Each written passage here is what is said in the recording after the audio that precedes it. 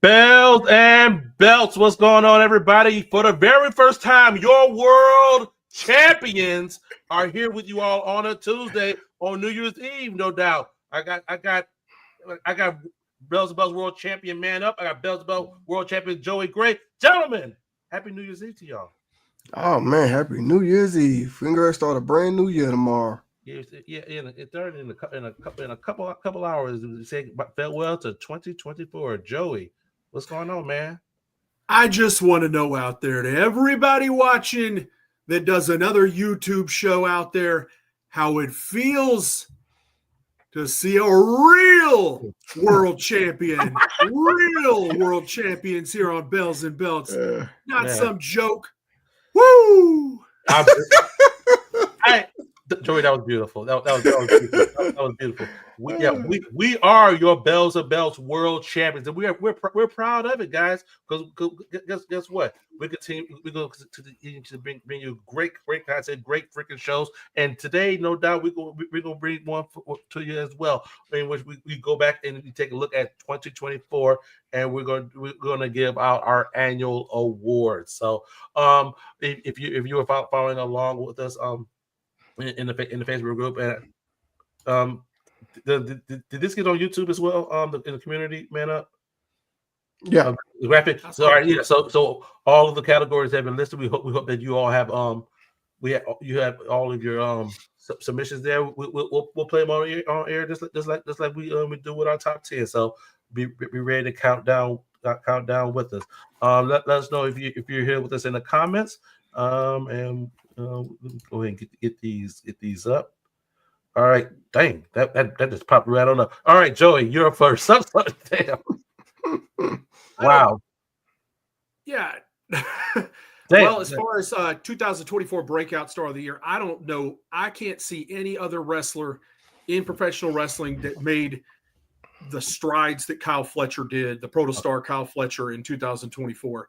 Okay. From this guy starting out the year still very much looking like Kyle Fletcher of Aussie Open, to getting in, to what's his name, Don Callis's group, to changing the look, shaving the head, cutting off the hair, changing the gear, putting on a significant muscle, and really getting himself in fantastic shape, and having banger after banger of matches. I don't know. I cannot see anybody that's more of a breakout star in 2024 than the protostar Kyle Fletcher, in my opinion. Okay, good deal. Of course, here at Bells and Bells, as you're Bells and Bells World Champions, we have a common theme sometimes. And just as different as the belts that we have on our shoulders, we all have differences of opinion as well. So that's what makes Bells and Bells so freaking special. With that being said, man, we'll go with yours. All right, mine is going to be someone. He's not really a breakout star, but he did pretty good in the year of 2024. Go ahead and bring him up. And talking about Damian Priest. I guess a lot of people say he deserved to be world champion. Well, there you go. He was world champion for a couple of months or whatever it was. Forget exactly how long. But I think when he became champion, I think his promo work got a little bit better. His aggressiveness, I guess you could say, got better than what it was. I don't know what they saw in him. I'm not saying that in a bad way. Don't get me wrong. I don't know what they saw, but they obviously saw something in him to make him a bigger star than what he was at first. Okay. The first time I saw him in person was I want to say that was 22, if I'm not mistaken. Okay. When I went to a Raw, he was the U.S. champion, and he had a match against AJ Styles where he lost, not for the title, but he lost the match. Okay. And ever since then, I was like, on Damian Priest. I thought he was a pretty decent wrestler, but 2024, his whole beef with the Judgment Day, and him and Rhea Ripley separating themselves from them, and him, doing more and more of his own thing. I gotta give him props. He's going up the ranks, I guess you could say. Good deal. All right. So go ahead and keeping the party going with mine. Mine when he say break out and breaking away. I think that's a good lead into my breakout star of the year. He's the current NXT champion, Trick Williams. Last year, all you thought of him was the sidekick to Carmelo Hayes, who was having a great run in NXT. You saw him do a little bit more, stepping out on his own, doing the challenges and whatnot, and he cast out that demon with Carmelo Hayes. Won the NXT championship. This is his second reign as NXT champion. So he's had a hell of a year. And I got him as breakout star of the year for me. So some good perspective on breakout star of the year, guys. As we transition on, and just a reminder everybody who's watching. First of all, we thank you for watching and whatnot. If you watch us right now, make sure you hit that like button on the platform that you are currently watching us on. We definitely do appreciate that. And if you have your awards already, go and drop it in the comments, or let us know what you think about ours. Like, let us know what you think. Oh my God, moment of the year, OMG moment of the year. We've had a couple moments in wrestling. Joy, let's go ahead and get started with yours. Pretty much the only thing I really saw this year that was an oh my God moment for me was Joe Hendry debuting on NXT. Okay. I think that shook the wrestling world more than anything, as sad as that sounds, because this happened on NXT. But I think that's the state kind of wrestling in 2024. Not to sell it short, but this happened on WWE's developmental show, not even on the main roster. And to me, this was the moment, because immediately he comes in, he gets a bigger reaction than anybody on the NXT roster. He's the crowd knows all his stuff already. Yeah, like he's immediately over, and he has been the guy that has probably the wrestler in 2024 that has probably made the most news all over wrestling has been Joe Hendry, in my opinion, at least from what I've seen. So to me, this was actually probably the most shocking, like, oh my God, moment of the year.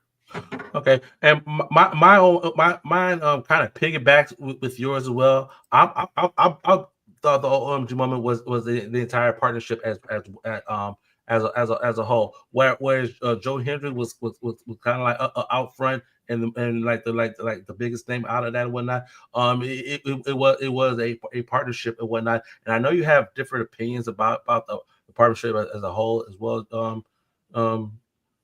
Joy whatnot. But after reading about it from certain talents, I they truly feel like the partnership the TNA had with the WWE is better than some of the partnerships they've had in the past as well. That could be some lip service in regards to in regards to the that partnership, but the partnership it was what it was. I mean, to me, I'll just say, to me, it benefited WWE in the way they wanted it to benefit them. Their guys got on more shows, had more matches, and got some exposure on there. Yeah. As far as this reported alleged, this is going to give TNA exposure they didn't have, I can't tell, because to me, the biggest cards they drew on had nothing to do with the NXT exposure. The biggest cards they drew on were in Montreal when they had PCO and Speedball Mike Bailey on there, and they drew a big crowd in Montreal, which probably wouldn't have had anything to do with NXT.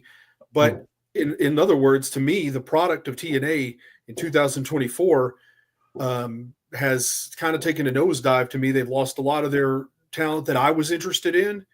And to me, the whole production thing went down in value when they had NXT wrestlers on TNA, because typically most of the talents that to me have been lent to TNA program have not been ready to even be on that stage, let alone where they're training to go in the long run.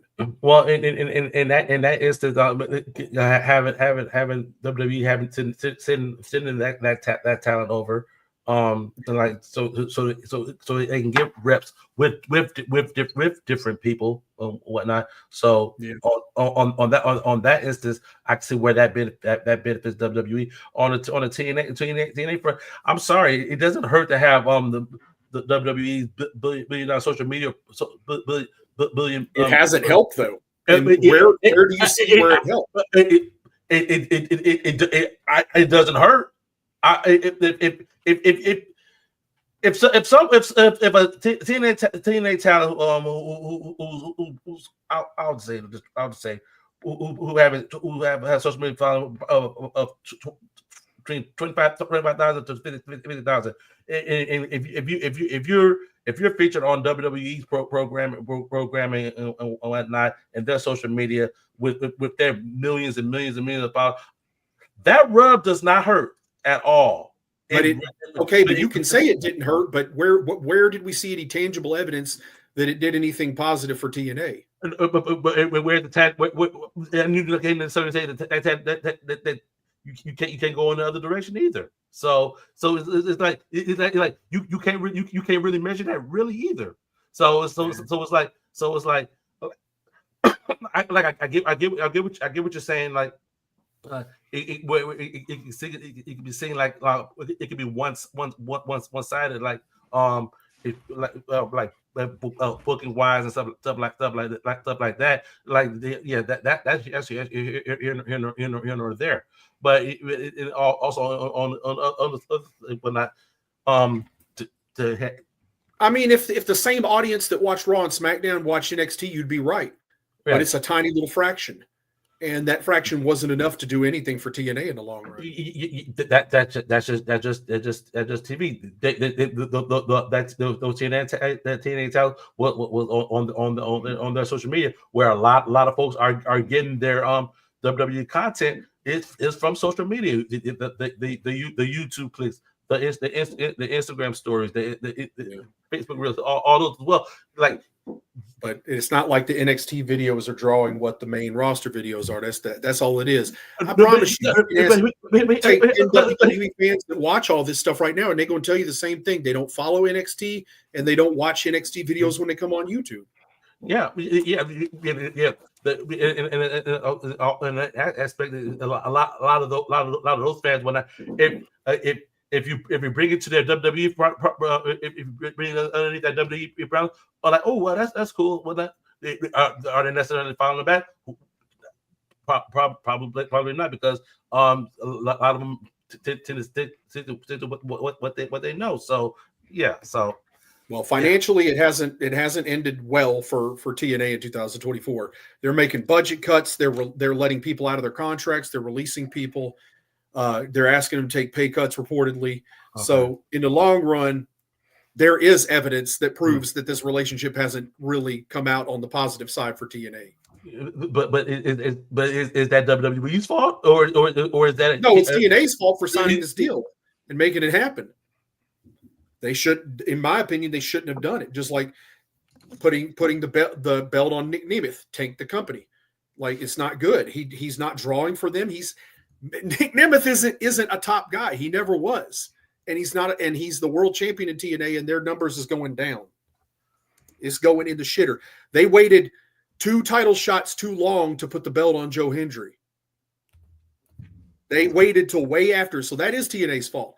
They should. Why didn't they drop the damn belt to Joe Hendry when he was red hot at his hottest moment, when he could have carried it on everywhere he was going?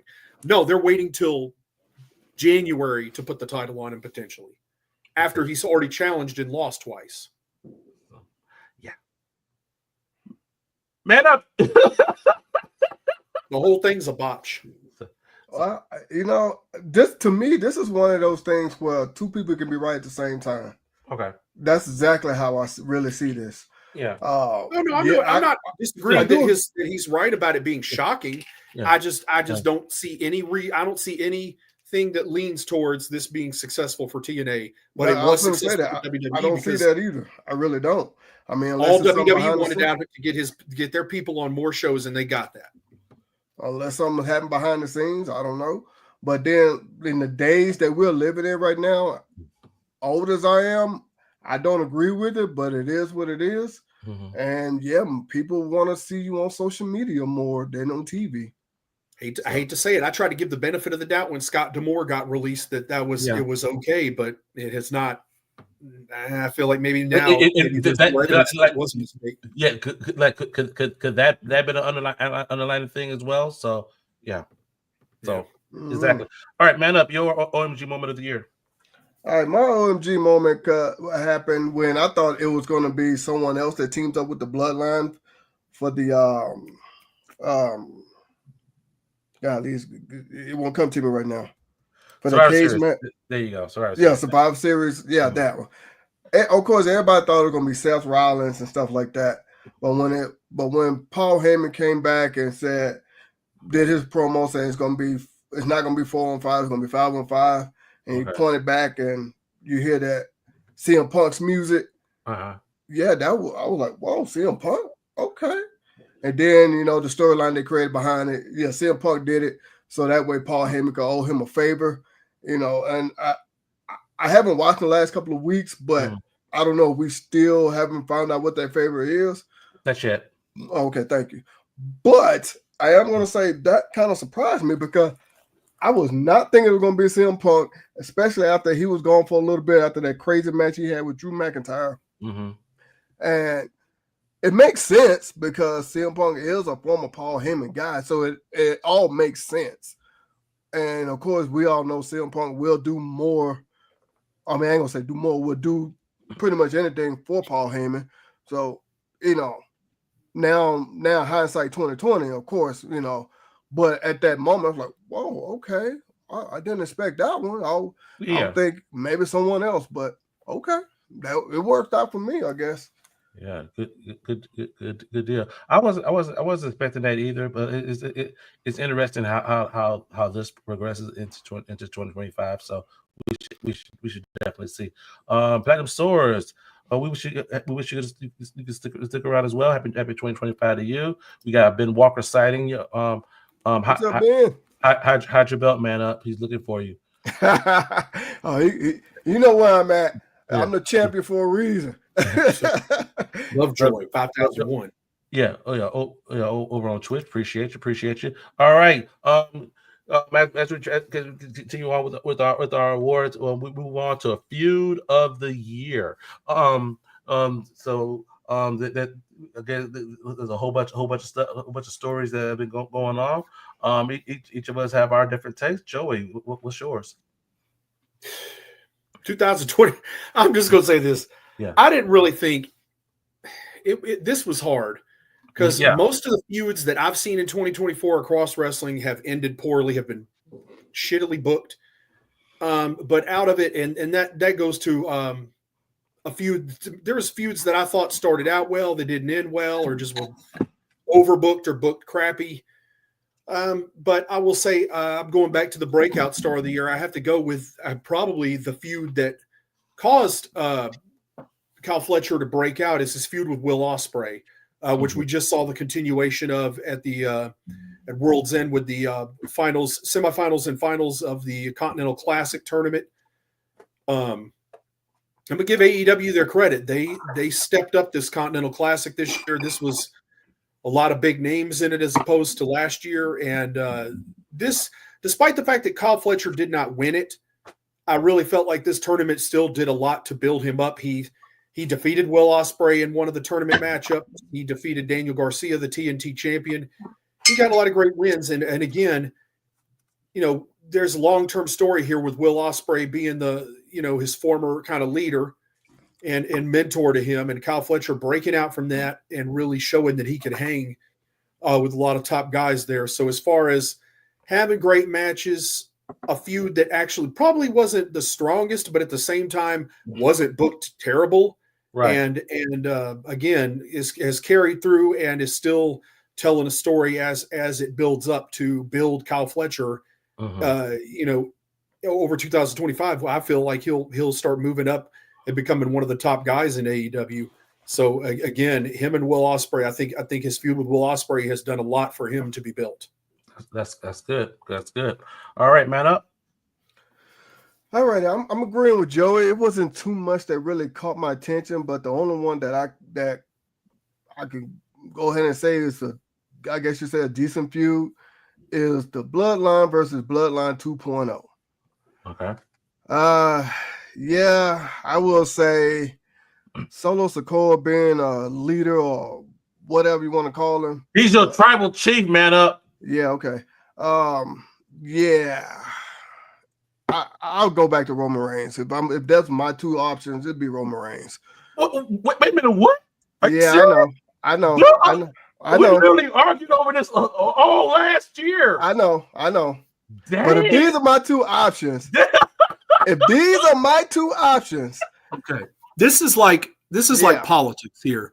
You're picking between shit sandwich and flaming turd, and it's like, but that doesn't make it good. No. That's what I'm saying. That's the only thing I could think of. I mean, okay. Some of these feuds were okay, but like Joey said, it ended too soon or it ended poorly. This was rushed. They did this over the course of a few weeks, just shoved everything together to make this match. This was to me, there was no build up for this. It was just kind of like, okay, there it is. And I'm one of those. I wish this Bloodline thing would go away. It's cool. It is what it is. That's why it shocks me. It shocked me though. I know, but that's the only thing I could think of that. Yeah. Okay. I hear you. I stay with WWE with it and whatnot. And to like, whereas that was one of the dominant storylines over on SmackDown.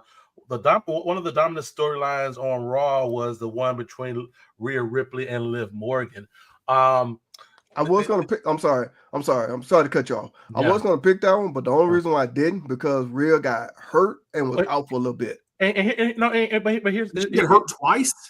Yeah, I think so. But here's the thing. What she was out for a little bit. Liv was out last year and whatnot, and they're continuously telling the story. Rhea injured her. Liv come back. Liv injure her, and Liv come back telling the story of taking everything away from her, culminating to the match at was it Mania? No. She won. Rhea won at Mania. Was it injured? Got injured. Had to release the title to Liv. Liv eventually won the world title. Then eventually got Dirty Dom. Got the Judgment Day. All these different things that she continuously taking from Rhea, and they had a match. And Liv keeps coming out with the championship. They're singing like it all has to come to an end on next week on Netflix. We shall see. But this was right here. It was definitely a spotlighted feud for the year. So, work rate and everything else aside, because I'm truly not judging this off of the work rate, but they told a good story over the year or whatnot, and Rhea. Still very popular, and continuously chasing this champion who keep one up in her, one way or another. So that's why I got this one at feud of the year for me. They do a lot better. They could do a lot better to hide somebody's in-ring weaknesses if they book like matches that made sense to build the heat, but instead they they haven't really done that. They weren't they in War Games or whatever? But it's like, okay, Yeah. there's no payoff with that really, because War Games isn't War Games. You can win by pinfall. Yeah. It's not like there's no payoff. At the end of it, you didn't get the title didn't switch, but she made Liv quit or something like that. You didn't get Right. that. So it's like there's no. You gotta. It's like back in the day, like pull like Ricky Steamboat and Stunning Steve when they were feuding, and Austin kept throwing him over the top rope, getting himself disqualified to hold on to the belt. That's the kind of stuff I wish they would in WWE they would do to try to build interest in having a blow off match or like a bigger match to build to it. But they don't do that. They just keep having matches, and then Rhea Ripley looks stupid because she keeps somehow like getting upstage, and it's kind of like eventually. You look stupid doing that, and it kills you. And it's like, in the long run, I agree. If you did like how Ricky Steamboat, who would get close to winning, but he would get foiled by somebody doing something in the match. But you're building to a gimmick match where there's stipulations and stuff like that, and and you see this happening, and you see like. Like Austin he'd run that time limit gimmick for the TV title or something like that. Sure. You utilize these rules and stipulations as gimmicks in the match. It's like that means something. But when you don't have any of that and you just are like, well, they're wrestling again. You guys want to see it? Okay, man. What's going to be different this time? It's exactly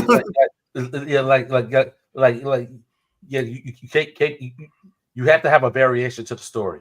You really do. So, keeping the party going. We had our OMG moment of the year. Now we're going in a complete opposite direction. That's what the F is? Yeah, our WTF moment of the year. Oh, I'm gonna go man up first. Then I'm gonna go to Joey. We talked about this before. I forget exactly when, but to me, it's like why? Just why? This person has a reputation of being unsafe. I know. Well, some people saying that reputation has changed, but whatever. But this person had a reputation of being unsafe, hurting people, whether it was on purpose or not. She did. And go ahead and bring it up. I'm talking about Nia Jax. Why? Hey, I didn't say it. I didn't say it this time. You didn't say it this time, Joey. You didn't. Why bring her back? Why not? Why not? Well, why not? She doesn't draw money. Why not? I already know why they brought her back because her cousin is Dwayne Johnson. I ain't stupid. Duh. He's the one of the top not owners, but I can't think of what I want to think about right now. But stockholders, there we go, of the company. Yeah. So of course he got some say so. That's why his daughter is the GM of NXT. Ain't nobody stupid. I know how it goes. It's politics. I ain't stupid. So it's like, why? Yeah. Just why? I appreciate it. I appreciate her character work in this run. I really do. I really work. Well, no, I ain't talking about the character work. WWE with the women's championship, you can't work. I agree with that. I agree with Joey. It ain't her work. It's her. What do you guys out there think, man? What do you guys think out there, man? He doesn't draw money. She's not a draw. She's not even a good. She's not even a good opposition for the top babyface because SmackDown doesn't have a top babyface female right now. And the top babyface women in the company is Rhea Ripley. Everybody knows that. Yeah. And SmackDown doesn't have her. They don't have a breakout baby. They don't have a big babyface star like that. They got her on there sitting on people, throwing wimpy little chair shots that look like they don't even connect. That was bad. She doesn't draw money. Like she's a joke on that brand. And I agree. If you thought about SmackDown women, women wrestlers, the females on, I'm trying to say shit. I can't get the words out. But Nia Jax will not be the first person to cross your mind on SmackDown. It would probably be Tiffany. I don't even know what other women there are on the brand, to be honest. But because they're not the stars on SmackDown. They're building up Tiffany Stratton. See, that's what I'm saying. You wouldn't think about no Nia Jax, and she's the champion. Yeah. So. And she comes back and she hurting people. It's like who's she hurt recently though? She well, you talking about recently? I'm talking about when she came back straight out the gate. Who? And the it War wasn't Games is that- where we got those awful like half-ass chair shots that doesn't even look Yeah, like she knows how to do it. that- Hey, that- here's the thing: if Yeah. you don't know how to swing a chair, don't do it. Don't do Just it. don't do it. Oh man, Yeah. That was that was bad. But I ain't talking That- about the chair shot. This I'm is talking about this when she- is a major match on a WWE pay-per-view, and you Yeah, want me to it's- take WWE seriously? Yeah. Yeah. That was bad. It was. That was bad. That was bad. So she get the what the moment of the year for me. All right. Just not her character work. I'm talking about her as a performer. No. Okay. Joey. Yeah, mine is the Fat Uso, Solo Sikoa. Hey man. Now I'm just gonna put it like this. Wait, I'm gonna put it like this to you. no. In 2024, they have spent this whole year shoving this guy down your throat, Yes. telling I you he's just a top said that. guy, Yes. and he is not a top guy. I He just ain't even a said it. good mid Oh, card. what? And Oh, the come bad on, thing Joey. is- Are you serious? Come on now. I just said the same Come thing, on. basically. Come on, Joe. Seriously? Really? He's You a got- Uso with bleach blonde hair. Look at him. He looked just like his damn brothers. The only thing is he's fatter and he got blonde hair. They bleached his hair blonde to make him look different. And the fact is, he is nowhere near even on Jimmy's level as far as anything, Jimmy or Jay's. And the fact is, this guy has been shoved down people's throat. He can't cut a promo. He's the way he talks is a joke. Like he is a joke of a freaking wrestler the way he talks. And you're making this guy be a main eventer. Show me what's different without Vince McMahon there, because this is exactly the type of shit Vince McMahon would do. Like shove somebody like this. Oh, didn't he do that with Roman Reigns for years and try to make him that squeaky clean babyface? Now he's trying to tell me that this guy, this Samoa Joe knockoff, fat ass looking, nothing happening loser on TV over here, like bootleg ass fucking Samoa Joe, like running around on here with his damn towel around his neck, wearing some knockoff shorts that look like something off of Temu. Man, get the fuck out of here. Like, you ain't no main eventer. Like this guy is a joke, man, and nobody's buying it. Nobody bought him as an opponent for Cody. He ain't drawing no money. He ain't done nothing. He ain't created no heat. He is a joke. And that's my what the fuck moment of the year is. Why the hell is WWE trying to convince everybody that this is a main event? Because it's not. Nope. But Joey, he's your tribal chief, for goodness sake. I I ain't in no damn tribe. Do I? Damn, Joey basically said what I said, but way harsher. Yeah, man. Yeah, well, they also tried to convince us that Tongans and Samoans are the same race or whatever the whole damn year, too. They're like, y'all don't know the difference. They all brown, right? Shh, man, get out of here. Lazy ass booking. Oh, I would. Oh dear. This is the laziest ass booking. And I'm being told Triple H is the like godsend to creative, man. I can't tell because this was a joke. Oh. Honest much, Joey? Honest much? I mean, okay. All like it is. I'm saying, what the fuck? The whole damn year they shoved this guy down everybody's throat, and nobody I agree. bought. I agree, Joey. Hey, Joey, see something shoving down your throat. You got to sit with this to kind of wash that down with, man. I got you, bro. I got you. For my WTF, man. Oh dear gosh. Man up. How you gonna follow that? I don't know, but let me. You're a Kane fanatic, yes? Yeah. When did Kane retire? I want to say it was 2020. No, 2019. 2019. I believe so. Yeah. Yeah. He hasn't gone to the Hall of Fame yet, right? Yeah, he was. He was? Okay. All right. Yeah. So WWE Hall of Famer Kane, he's retired. Been out of the game a little bit, whatnot. But strangely enough, in 2024, his impact in this business is still freaking effective. And I saw this. I've been through all of these, and I was like, this ain't even all of them either. It really is. The fuck? Oh, In 2024, we have seen Blue Sorry. Pain, we've seen Gain, we've seen Candy Cane. There's 2 cocaines out there. Yeah, cocaine. Cocaine. The white. Do And pull he out really an do angel. pull out a bag of coke and like that before he goes. Somebody. nuts. I was is like, that a woman? that is a woman. That's Candy Cane. And there's at the bottom there's Yellow Cane as well. I'm like, Blue Pain was Blue Cane before WWE dropped a cease and desist. Sure. And I think he actually stopped doing the gimmick now and took his mask off and stuff. But He like, did. it's the point is, I think like a couple like last month, Blue Pain and Gain actually wrestled, whatnot. Yeah. So Kane has essentially become, Papa Dudley. And now he's birthed all these damn variations of his freaking character. So what you trying to say? Kane is a Rolling Stone? Hey, dude. Hey, wherever he lay his hat is his home. Where we drop his choke slam, they come a kid. I'm just saying, but no, you can't deny his influence here. There's a lot of influence. I saw an interview. There's an interview like he got a chuckle of it. There's a couple of them that he doesn't like really want to acknowledge because of whatnot.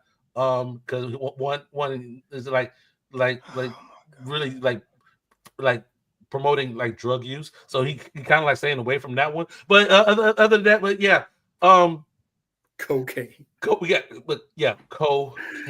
Oh my god, man! I've never seen these videos. I've never seen these. I've seen Blue Cane before. Okay, yeah, dude, yeah, and that's horrible. But I ain't never seen all of it. What's the one in that black and white over there?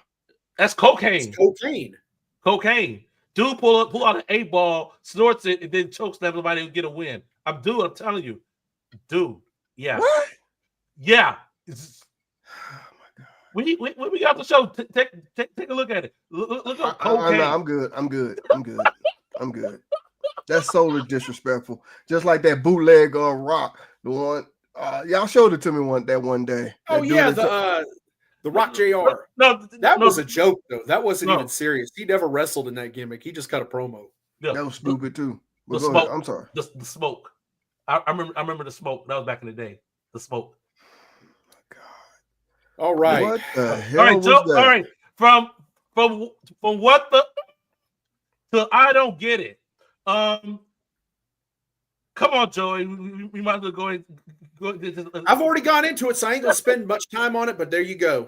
I don't get it. So nice. He brought him freaking twice. It was like, yeah. I just said that too before Joey said, if I'm going to pick, it's going to be Roman Reigns. At least he was a better draw. He did draw money. He drew attention. He was more believable. Oh no, Roman is a solid. He's a headliner for that company. That's what I'm saying. Main eventer. This guy right here, no. All right, Samoa Joe, Timu Samoa Joe. Man up. All right. Now, I don't get it. It's not no disrespect at all. It's not. So hear me out. When I'm saying I don't get it, I don't get the big deal, I guess you could say. Not saying these guys are not talented. Not saying they can't go. I'm not saying no disrespectful at all. Go ahead and bring that up.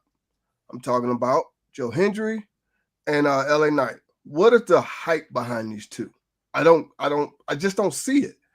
I really don't. Like the last time I went to a live event, I went to that SmackDown, and while we was outside waiting, everybody kept saying, well, everybody said, LA Knight. It's like, come on. Well, LA Knight's also cooled off a lot. Let's be honest. He is not nearly as hot as he was a year ago even. Yeah. But I just don't get the hype. Now, talented. The hype is dead on LA Knight, but it's not on Joe Hendry. And the simple thing with Joe Hendry is he wrote an incredibly catchy theme song that people are into because you participate with it. It's the same reason The Rock was over Austin. They got something catchy that people like to participate with. Mm-hmm. And that's what Joe Hendry brings.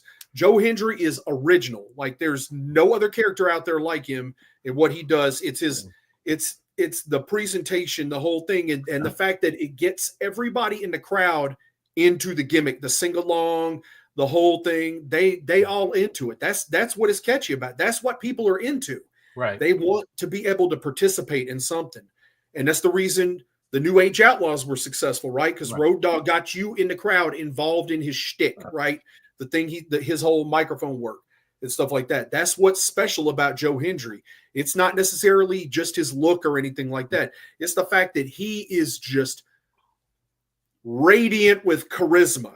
Exactly. And he just automatically makes people want to be interactive with what he's doing. And that is what people like. They want to be interactive. Is that exactly That might right. be, but and I'm not saying because you are right because with that what was Stone Cold and with No. the millions and millions, yeah, No, I get it. It's like Yeah. Yeah. when folks are invested in something and whatnot, yeah, they're gonna like, and it's catchy. They're gonna latch on to it. Put it into context. When the Godfather said the Godfather be pimping hoes nationwide, and folks are replying the same thing about pimping hoes nationwide. So it's kind of like it's like if they hear something, they got it, and they're gonna get your habit. Or when the Godfather like, Jay, you know you want one of these hoes. It's like Right. folks got behind that.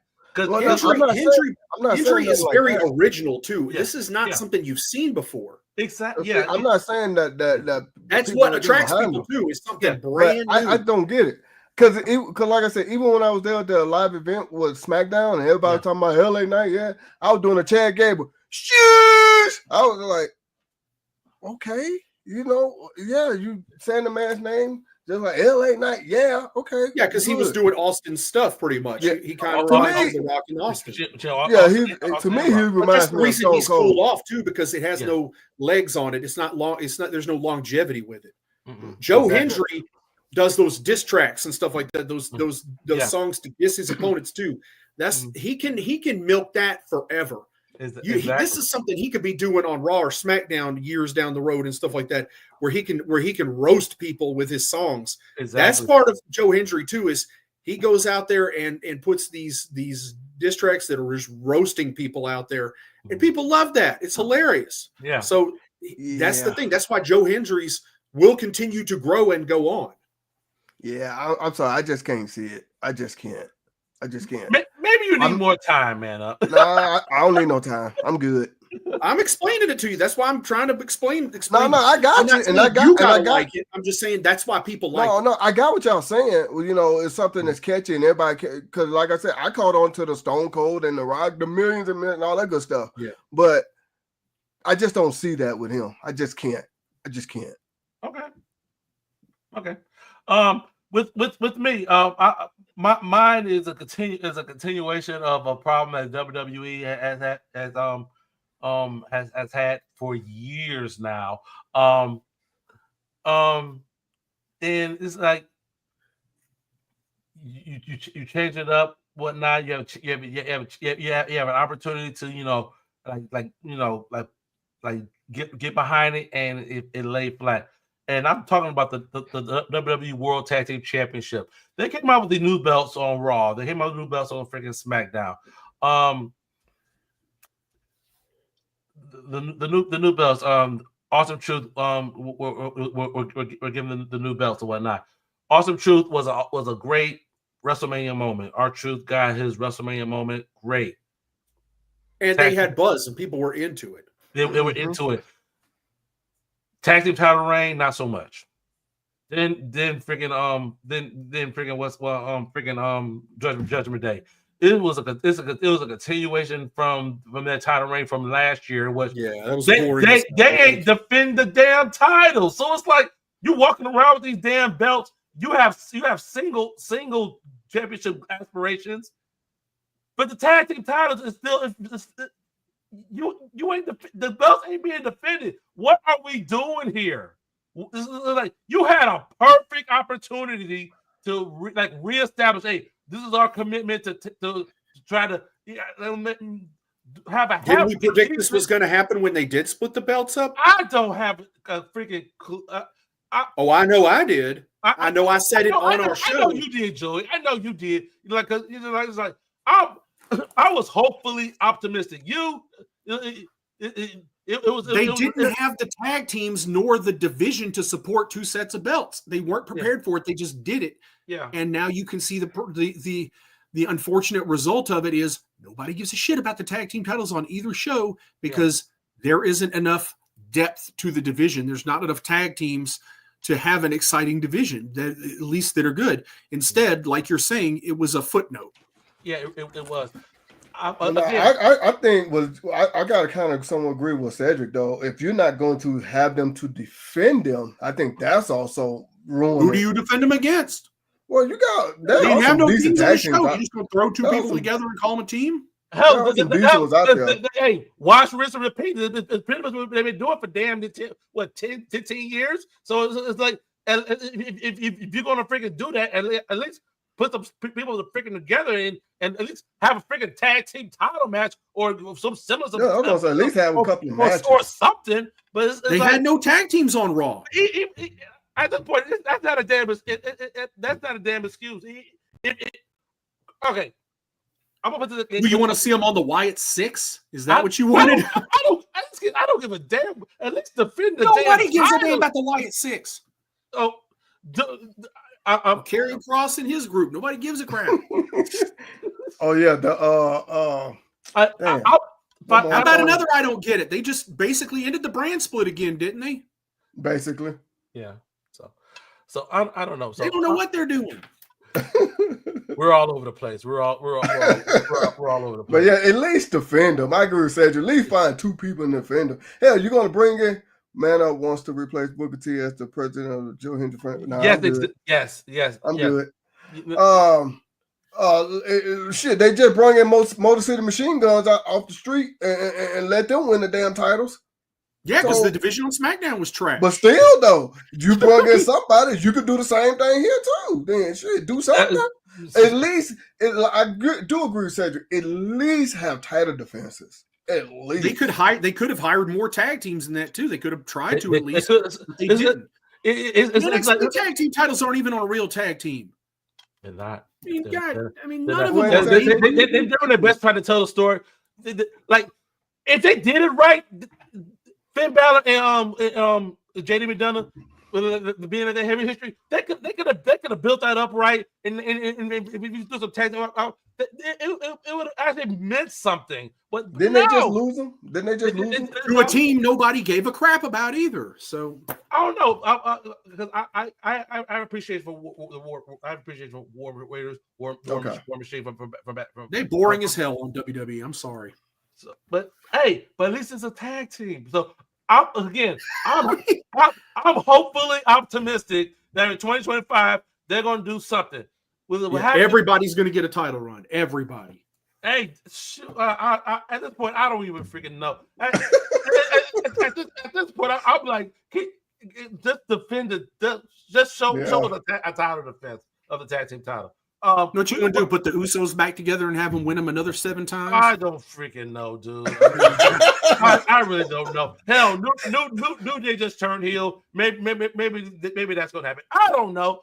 Who Joe's stupid.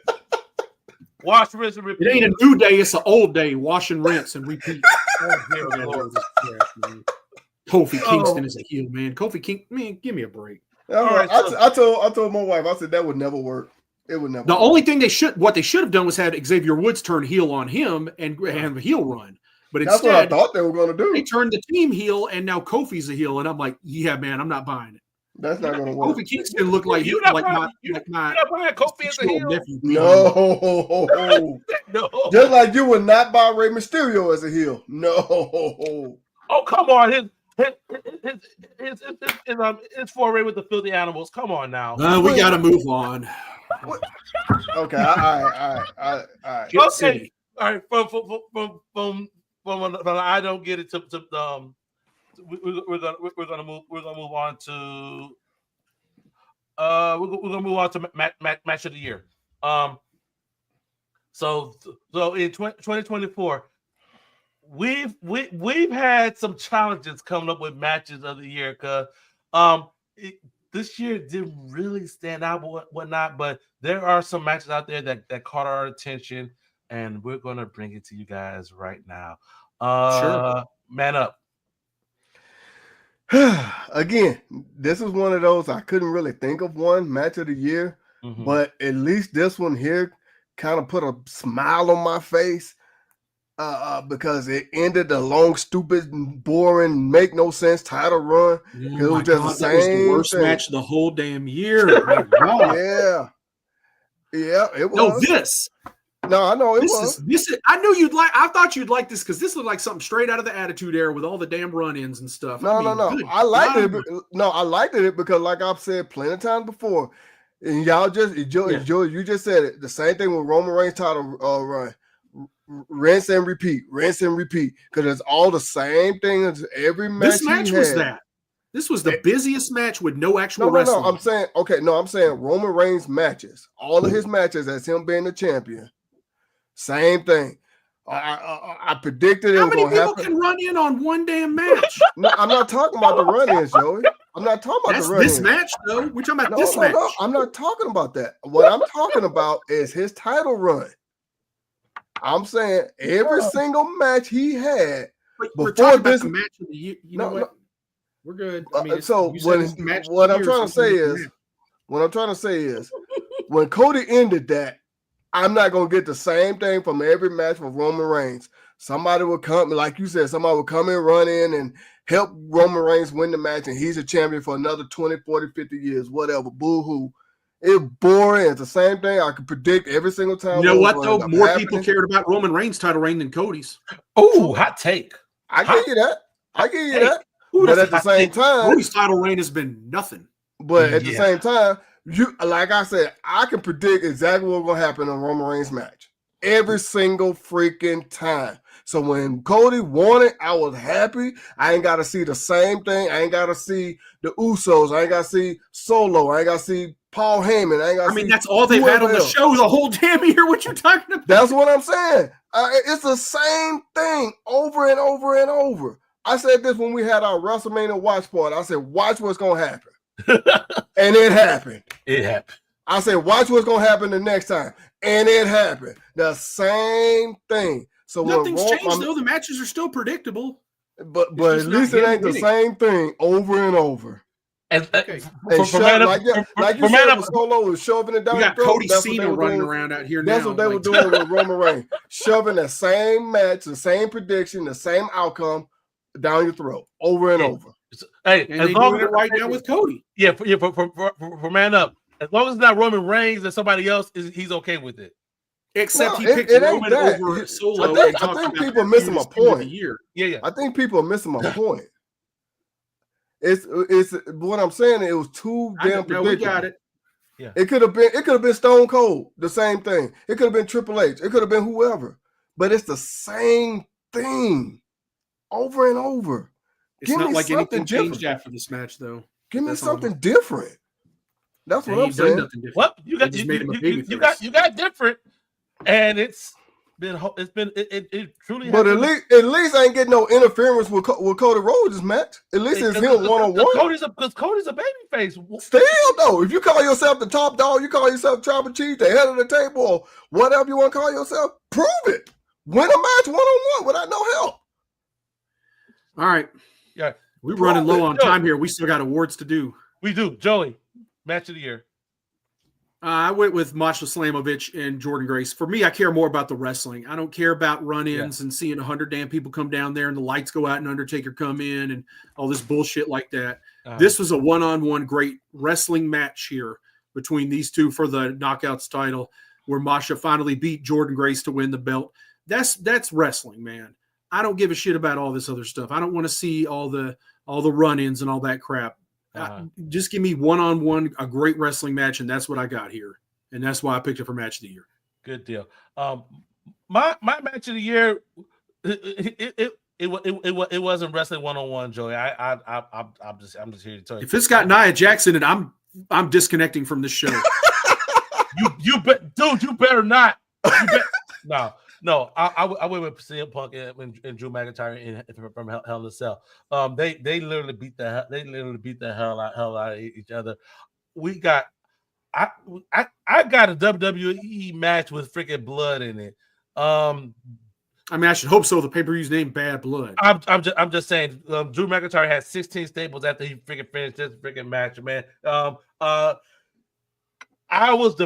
I was going back and forth between this feud and with Rhea and Liv and whatnot. In regards to the feud of the year, I have to give Rhea and live the future year based off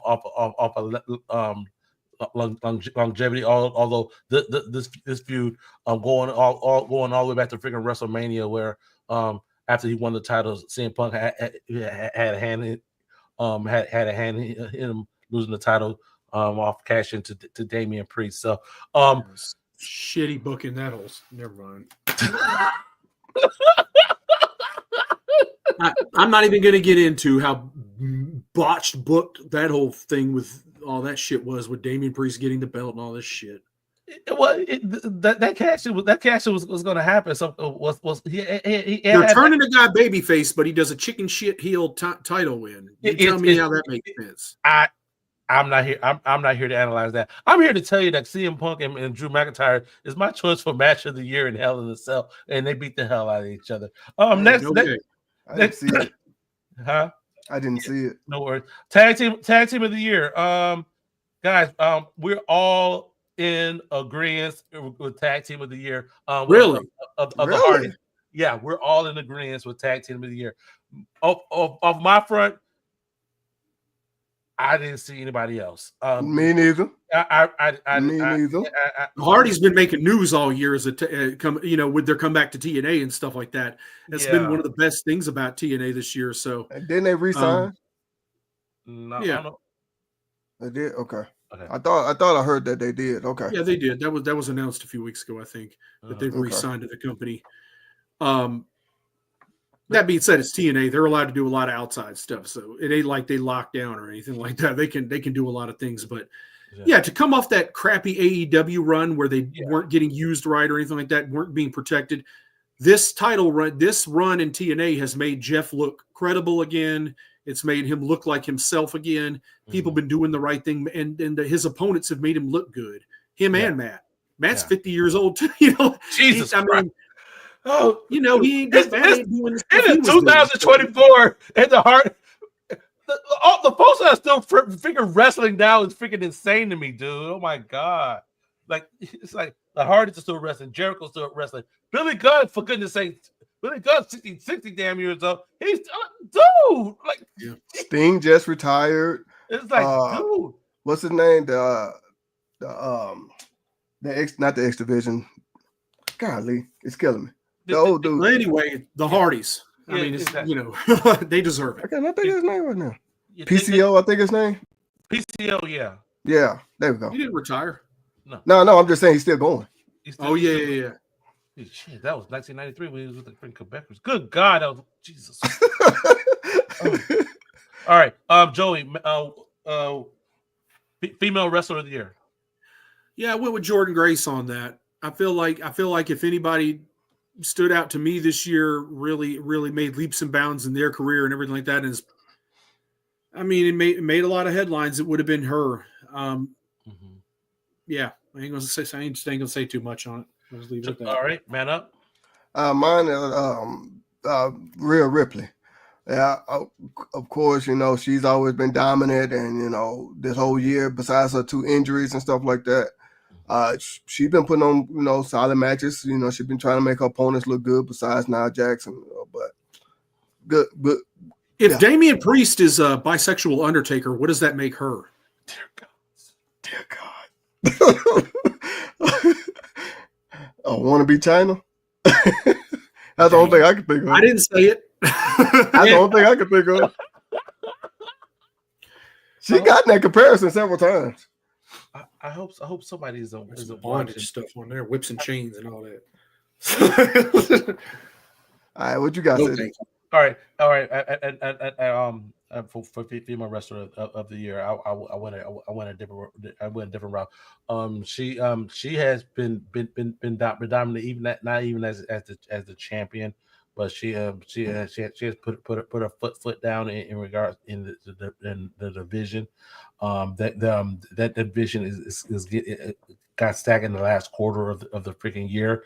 Then she's seen poised to take to continue to take on this division, and I have Roxanne Perez as my female wrestler of the year.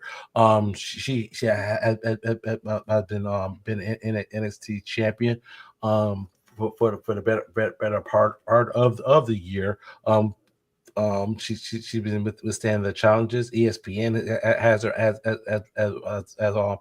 female wrestler of the year as well, and it shows the prodigy went in a different direction character wise in 2024, and seems like she's embracing it. She's getting the ire of the of the fans of NXT, and there's rumors of a potential call up to the main roster. We shall see. But with Julia, Stephanie McCare, coming to see as well. I forgot what they changed her name to, but the one from Australia as well. With all these talent that did good on the independent circuit and outside of WWE, it's going to be interesting to see how this translates onto the NXT brand. But yeah, I got Roxanne Perez as my female wrestler of the year. All right, moving on and to female wrestler of the year. We have a very vast collection as well for male wrestler of the year. We thank everybody for tuning in tonight. Going down with all these awards list, and we've come to the very last one, male wrestler of the year. Man up. Well, I chose Gunther as my male wrestler of the year. Mm-hmm. The man put on some solid bangers. When he, now I know a few times his opponent was not up to par, like the Miz, and I think he had R-Truth as well, if I'm not mistaken, if I remember off the top of my head. But some of his opponents, yeah, but I'm not going to put that on him. And also, too, I do agree with Joey, him losing the way he did into Sami Zayn with the IC title yeah, but I'm not, like I said, I'm not going to put that on him. I'm just going to put, the matches he was putting on were pretty solid, in my opinion.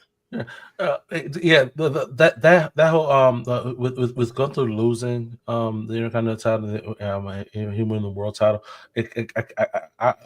When that happened, that kind of reminded me back when Lennox Lewis was the boxing heavyweight champion of the world. He lost. Then he lost a match against somebody. He always get that win back. Yeah, it kind of reminded me of that. 50-50 booking, is that what you like? Second, you like 50-50 booking? I don't know if it's 50-50 book, especially not in boxing. Though. Never mind, it is boxing though. Hold on, man. What the hell I'm talking about? This ain't boxing. This is. I'm just saying, but yeah. Joy. I picked Ethan Page, and I'm going to say this because I will say this about him. I always was a fan of him, but I never really saw his potential as a top guy until he came to NXT. Okay. And I'm going to pour all the credit on him for that. Okay. Because I don't think he really changed much. I just think he was given that spot right where he could show how he could be a top heel, what he could do with that. And I feel like it's unfortunate. Well, first off, I don't think he needs to be in NXT any longer. Okay. There's nothing to develop with Ethan Page. He's ready. I was thinking that too. The opportunity, and he's already got. He's got a lot. I mean, he's got everything going for him. I just think it's been. I think if anything, if you want to give Trick Williams any credit, you have to give Ethan Page the credit for heating him up. Absolutely. Because Trick Williams. Yes. Like, to be honest, I don't see the strength as him as a babyface in him. I don't see him with this natural ability and stuff like that. I see him needing somebody like this. Exactly. Yeah. To heat him up. Absolutely. And but again, well, but with that, when you have a good natural heel, to like really play off of, it makes it so much easier for that babyface to draw that sympathy and get the folks behind you. It's so much easier. So yeah, this guy's been in NXT all this year, wrestling in NXT, and Cody hasn't even had quality opponents for the WWE Championship, when you could have been building this guy up and had him come around as a potential challenger for Cody eventually, a guy that could match him on the microphone, a guy that could a man who could blow him on the way on the microphone, honestly. Yeah, and get under your skin and make you really want Cody to beat the hell out of him. Exactly. Whereas Kevin Owens, we're just getting recycled Kevin Steen stuff from Ring of Honor from years past right now, and it's nothing special. It's like, yeah, if you were a fan of Kevin Owens, you'd have already seen him do all this shtick. But it may be new to some people, but it's like, okay, I already seen him get fired from Ring of Honor and that whole storyline. So I've seen Kevin do a lot of the crap and say a lot of the crap that he's already done. It's like that's just recycled. But this guy right here, Ethan Page, is a guy who's still young enough. I mean, I know he's mid to late 30s, but he's got a little bit of time left on him. And you're wasting him in NXT. You got to have this guy come up on the main roster, and you got to push people aside for him because he's already miles above a lot of the guys on the main roster. And I see it now after, especially with his work this year in NXT. And it's like, this guy right here is the money guy, and they're not even poised to put him in the money position. Exactly. Wasn't he in AEW? Or was it TNA? AEW, TNA. Okay. Dude, he's been in all of them. AEW didn't know what to do with him. They never put him in position. TNA, he was part of the North with Josh Alexander, and that was great. That's great stuff. But they had a great run as tag team champions. Absolutely. He just wasn't really comfortable in TNA in that position to be like the top heel. AEW, he could have been, but they never did anything with him. And then you get him up to WWE now, where Shawn Michaels clearly sees what Ethan Page has to offer, clearly, because he let him have the ball and run with it. You don't see Ethan Page isn't pulling Shawn Michaels stuff out. He's doing Ethan Page stuff, but it's working. Exactly. Whereas Trick Williams is doing a lot of babyface Shawn Michaels stuff and emulating. Ethan Page ain't doing none of that. That's what I'm saying. Yeah. For my I think if I'm not mistaken, I gave him a lot of credit at our mid-year assessment, whatnot. I'm bringing him back as my male wrestler of the year, and I talk about Swerve Strickland. Finally getting the AEW World Championship. The presentation with Nana had some great matches with Will Ospreay, Bryan Danielson. When finally winning the title. The year of Swerve. I kind of feel like I got to give you at least a little something back. I kind of feel like his title reign ended, and that's kind of it. It did. He's not really. I mean, they got him in the deal with Bobby Lashley and stuff like that now, but it's like, why you really gonna put this dude in the ring with Bobby Lashley? That's a visual thing right there.